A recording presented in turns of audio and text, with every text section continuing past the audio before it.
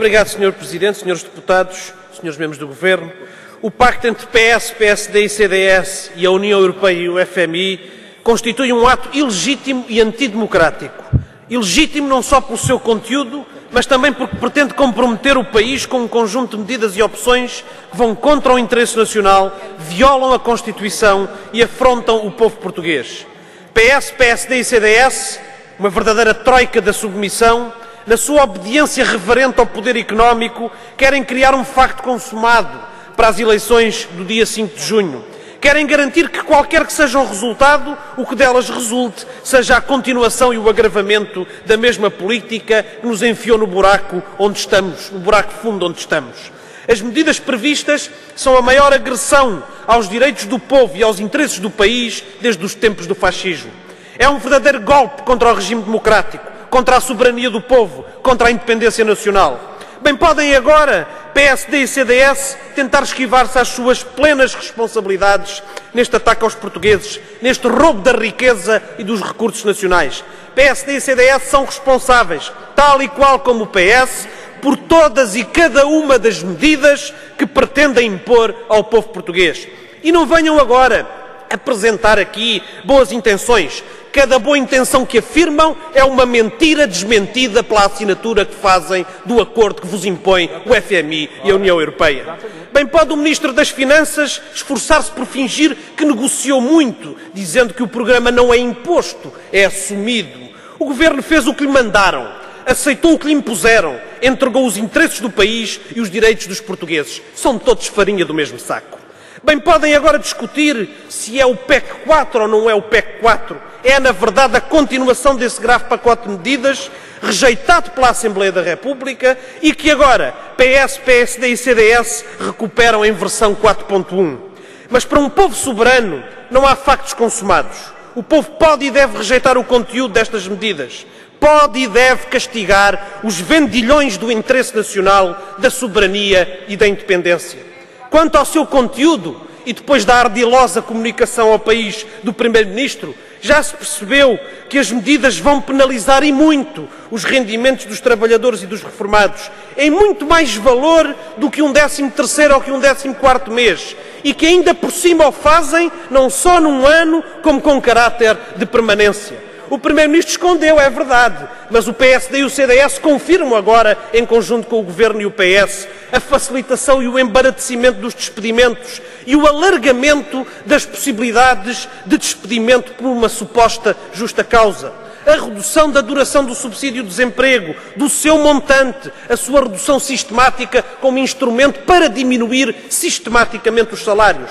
A flexibilização do horário de trabalho, a redução do valor pago pelas horas extraordinárias aos trabalhadores portugueses, lá está no acordo, para diminuir o rendimento de quem trabalha. O ataque à contratação coletiva e ao papel dos sindicatos na negociação. O congelamento do salário mínimo, isto é, a sua diminuição real, e a desvalorização geral dos salários por via da legislação do trabalho.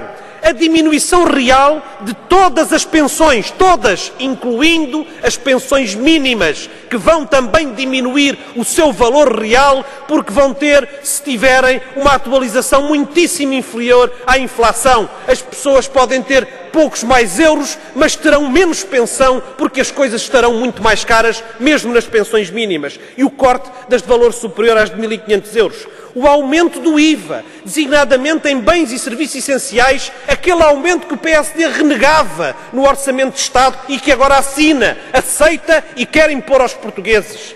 O aumento do IRS, por via da redução e da eliminação de deduções fiscais à saúde, educação e habitação, que o PSD também rejeitava no Orçamento de Estado e agora assina, aceita e quer impor aos portugueses. O agravamento da tributação das reformas e a espantosa introdução do pagamento de imposto para as prestações sociais. O abono de família agora paga imposto pela mão do PS, do PSD e do CDS-PP.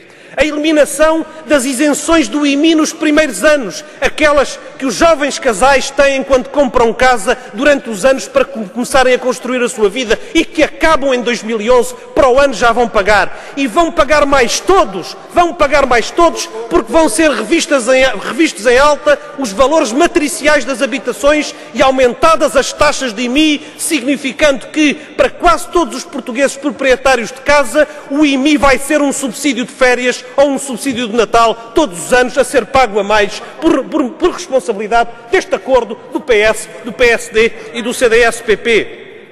Vamos ter também o aumento brutal da energia elétrica, que passa de 6% para outro escalão de IVA e que vai ter um novo imposto a ser aplicado, disse-nos hoje de manhã o Sr. Ministro das Finanças. O aumento das rendas e a facilitação dos despejos.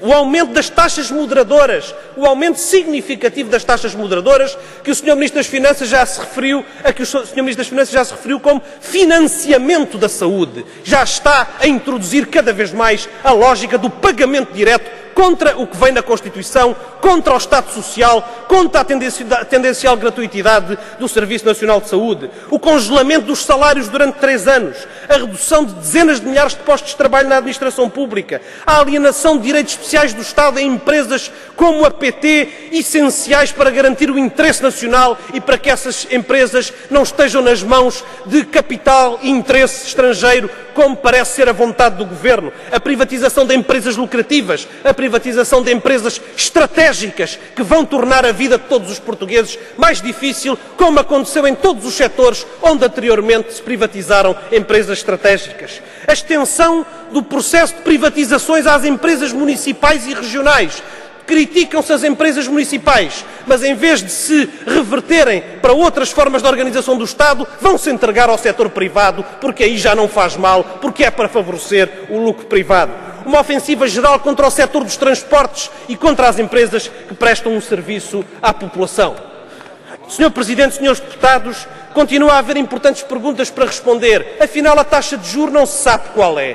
E, pelos vistos, vai ficar dependente, imagine-se, do mercado. Portanto, nós teríamos que aceitar todas estas imposições para ter um empréstimo em melhores condições. E, afinal, querem que aceitemos todas as imposições para ter um empréstimo sujeito à taxa do mercado ou dependente da taxa do mercado, quando todos sabemos que a tendência do Banco Central Europeu é aumentar a taxa de referência para corresponder àquilo que foi a missão que a Alemanha impôs que ficasse no seu estatuto. E isso vai significar um aumento da taxa deste empréstimo. Pode concluir. Vou já terminar, Sr. Presidente. E, entretanto, há quem beneficie muito. Aos 12 mil milhões para a banca, ao BPN vendido limpinho a quem o quiser comprar e ficamos nós aqui no Estado com os milhares de milhões de prejuízos que os senhores quiseram que ficassem do lado do Estado, aos que vão ficar com os negócios privados na saúde, aos que vão ficar com empresas a privatizar altamente lucrativas, como por exemplo a REN, e aos que vão ficar com tudo aquilo que vai ser a entrega de setores fundamentais do Estado ao setor privado.